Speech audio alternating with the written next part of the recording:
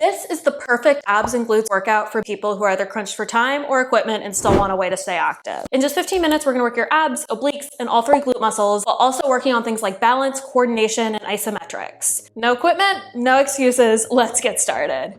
All right, my timer is started. This workout's gonna be 45 seconds on, 15 seconds off, and we're gonna start off with some airplanes. So my right foot is gonna be planted into the ground. I'm gonna hinge from those hips, get that left leg off the ground, get myself as horizontal to the ground as I can while getting my arms out and coming back down. We're going to go back, hinge from those hips, get those arms out to the side to help you with balance, and come back down. With these airplanes, we're working on our glutes, our hamstrings, our balance, and our coordination all at once. I am keeping my gaze very focused on one thing directly in front of me. I am literally just like looking at the thing that opens my window off to the side. And if you've seen me grab onto something for balance, that's absolutely something I want you to do as well, because balance is tricky.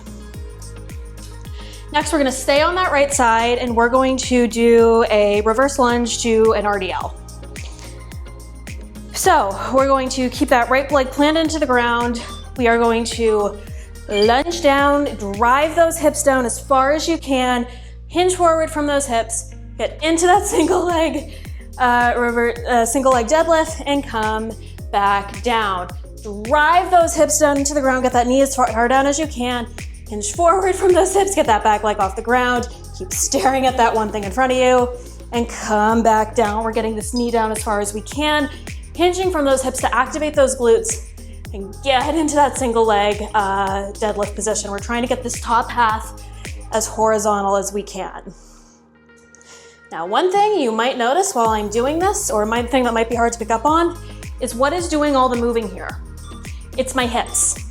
My hips are initiating the motion coming down into my lunge, and my hips are initiating the motion coming into the deadlift as well. So now we're going to do that on that left side. So, into those airplanes. So we're going to hinge back from those hips, get ourselves into horizontal position, lift that back leg off the ground, keep that gaze plastered to that ground. Come back up. Hinge from those hips, lift that leg off the ground, get those arms out to the side to help for balance, get yourself as horizontal as you can, and come back down. Hinge from those hips, back leg off the ground, arms out to the side to help you with balance, and come back down. Told you we were gonna be working on coordination and balance. Hinge from those hips, leg off the ground, horizontal, come back down. Now, one thing to keep in mind with balance is to press that ball of that big toe in your heel into that ground. That will help with your coordination and just give you a really strong foundation through that foot. All right, next we're gonna do those lunge to RDLs on that left side. So my hips are driving that knee down as far as I can to the ground. Now we're gonna hinge forward into that single leg deadlift, come back down. Knee's gonna keep myself down, hinge forward, lift that back leg off the ground, be as horizontal as I can, come back down. Keep that gaze on that single target. Come back down. So here, I'm still pressing into the ball of that big toe and that heel, hinging from my hips to activate those glutes. Lift that back leg off the ground. I'm getting as horizontal as I can and coming back down. Now, when you're coming back down, you want to try to get this back leg down as gracefully as possible. All right, next we're going to do some lateral lunges. So we're gonna go from side to side and do a variation of a lunge. So I'm gonna step my right leg out to the side. My knees are gonna be in line with my middle toes. I'm keeping my hips stationary and pointed directly in front of me. Then I'm gonna hinge down from those hips and lunge. Same thing on that left side. Step out to the left, hinge from those hips, gaze up, gaze forward, proud chest, come back down. See what this looks like from the side. Watch what's moving. I step out to the side, hinge from those hips. This half of me is not moving. Come back down. Step out to the side, hinge from those hips, come down, back to center. The mistake I see people make is they step out to the side and they move from their shoulders. All this movement comes from your hips. Next, we're gonna do some wall sits. So we're gonna go back to middle school. I had to do these all the time in middle school and I hated them. If you had to do that too, leave me a comment and let me know. So, we're gonna get our legs 90-degree angle. Our back is gonna be plastered to this wall behind us. Shoulders proud, gaze ahead, and we're just gonna hold. Wall sits are kind of torture. We're only doing them for 45 seconds, but they are a great exercise when you're crunched for equipment because holding in this isometric position, meaning you're not moving, not going forward, backward, up, down, you essentially have to bear the load of your entire body in those legs, in those glutes, in those quads. So when you're doing this, and I'm rambling so I don't have to pay attention to the time, you're using your entire body weight to get stronger. And when you don't have weights, when you can hold something and use your body weight, that's a great way to get stronger. All right, next we're gonna get onto that ground and we're gonna do some hip cars. So, we're gonna get on all fours, our shoulders and our wrists are in a straight line, legs at a 90-degree angle. My back is not arched around it, it's neutral. We're gonna make a clockwise circle and a counterclockwise circle. Clockwise circle, counterclockwise circle. Here we're working on our hip internal and external rotation.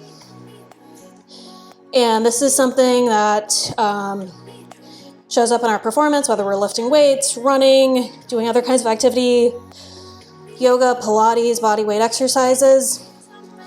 Working on that hip internal and external rotation will make you better at all of this. All right, next we're gonna do that on that opposite side. So shoulders in line with my wrists, legs at a 90-degree angle. My heel, shin, and ankle are in parallel. Now we're gonna go out to the side, clockwise, counterclockwise. Now that cue I just gave you about that heel, shin, and ankle being in parallel is actually one of the most difficult things because it's really easy to want to get that leg towards your butt, but to really work that glute medius, that glute maximus, all those muscles that control that rotation, keeping your heel, shin, ankle in parallel and at that 90-degree angle can really activate that and take that to the next level. So if you don't feel that in your glutes, that's the first thing I want you to check. Are my heel, shin, and ankle in a straight line? Is one trying to come up higher than the other? All right, next we're gonna do a frog bridge. So, the pinky edge of my foot is gonna be in the ground, is gonna be planted into the ground. My big toes are gonna be off the ground and they're gonna be kissing. My legs are gonna be in this diamond shape. I'm going to suck my pelvis under, press into the knife edge of that foot, lift up, come down, keep those hips in a straight line, ribs into hips, press up, and come down. This is a different type of variation on a bridge. A normal bridge with your feet totally on the ground will target your glute max. This variation of a bridge will target your glute medius, which is weak in a lot of people, myself included. It's good to make sure we strengthen all three muscles in our glutes, work in different planes of motion, which we've done today as well. Variation that can make it a little bit harder and a little bit more challenging. Okay, next we're gonna stay lying flat on that back and we're gonna do some dead bugs.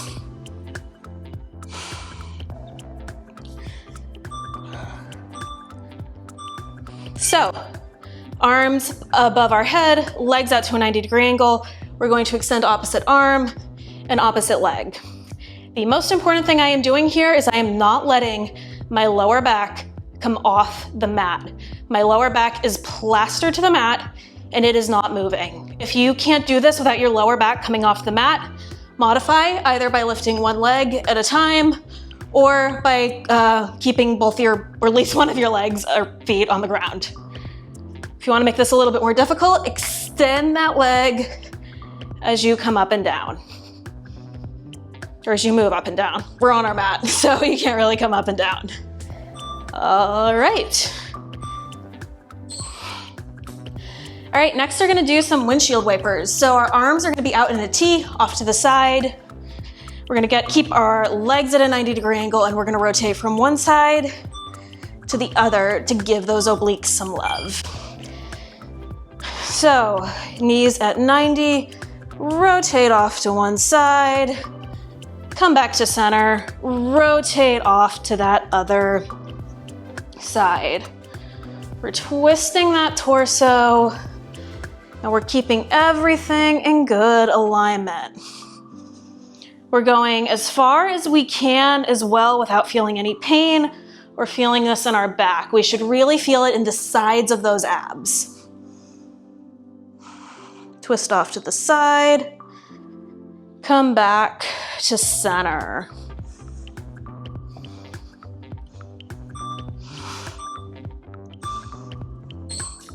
All right, next we're going to get onto all fours, and we're gonna do a plank. We're just gonna hold a plank. I like to do planks from my forearms, but if you wanna do it from your hands, go right ahead. Forearms on the ground, my gaze is forward. I'm not letting that lower back arch, and I'm just gonna hold. Shoulders down my back and together. I'm not letting my shoulders creep up towards my ears. I'm not letting my lower back arch like this. Keeping it up. And we're holding. Nose in line with my belly button, keeping my hips in a straight line, and my shoulders and elbows in a straight line as well.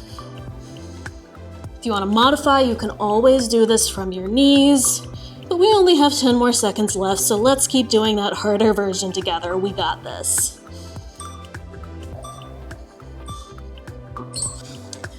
Okay, next we are going to do some alternating 90-90s. So our front leg, doesn't matter which one you start with, is going to be in a 90-degree position, followed by our trailing leg, and we're just going to switch what position they're in. So 90-degree position to 90-degree position, trying to get that knee as close to the mat as we can, and we'll switch. If getting into this 90-90 position is difficult for you, try sitting on a blanket, a bolster, something to prop yourself up with, because that will make it easier if you can't get yourself close enough to the ground. Opening up. I'm trying to keep my hands off the ground to make this a little bit more challenging, but if you need that support, that's okay. Only 10 more seconds left. Again, we're hitting that hip internal and external rotation here as well. All right, next we're going to do some alternating adductor rocks. So we're gonna get into a kneeling position, and we're gonna hinge back from those hips. Leg out to the side.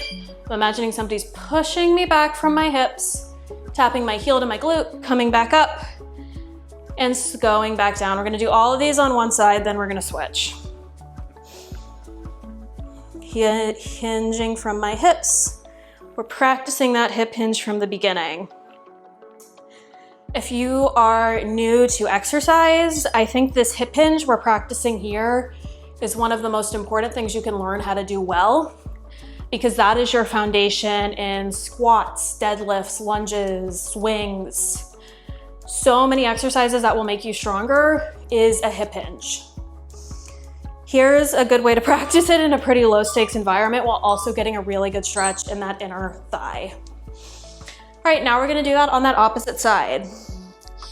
So kneeling out to the side, leg out in a straight line, hips in a straight line, nose and belly button in a straight line. We're gonna hinge back from those hips, tapping my heel to my glute. Hinge back, come down, come up. I'm not falling forward from my shoulders, I'm hinging from my hips. So from this angle, you can see torso is stationary. What's moving is my hips. You should feel this in your inner thigh, and maybe some other places in that lower body as well. You'll typically feel a stretch where you're the tightest, so it might feel a little bit different, but as long as you feel like you're taking tension out of a rubber band, slow and controlled, nothing painful. You're doing the right thing. All right, we are going to wrap this up with a child's pose. So you can do a child's pose with your legs a little closer together, a little further apart. I prefer a little bit further apart, and we're just going to keep those heels to our glutes and melt forward. Take a second, stretch out that back, stretch out those abs that we worked hard, and give our legs some rest after this session.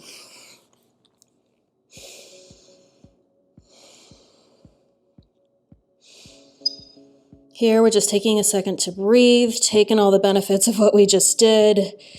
If you travel a lot, if you don't have a lot of equipment at home, if you're stuck in an apartment or at home for whatever reason, this is an excellent workout to do because we used our body weight to get stronger. We hit some balance, coordination, isometric holds. This is a great thing to do if you think you can't get to a gym and get something done. All right, everyone, great work. That was a 15-minute body weight, glutes, and abs workout. Perfect for somebody who's crunched for time or equipment. Want to go on after this one? I'd recommend checking out these videos for some more abs and glutes workout and these videos for some extended stretching. If this video made you feel even 1% stronger, please remember to like, comment, and subscribe. That's one of the most important things you can do with the algorithm and one of the most important things you can do to help a small channel like this one grow. Thank you so much for your time. Thank you so much for working out with me, and I'll see you next week.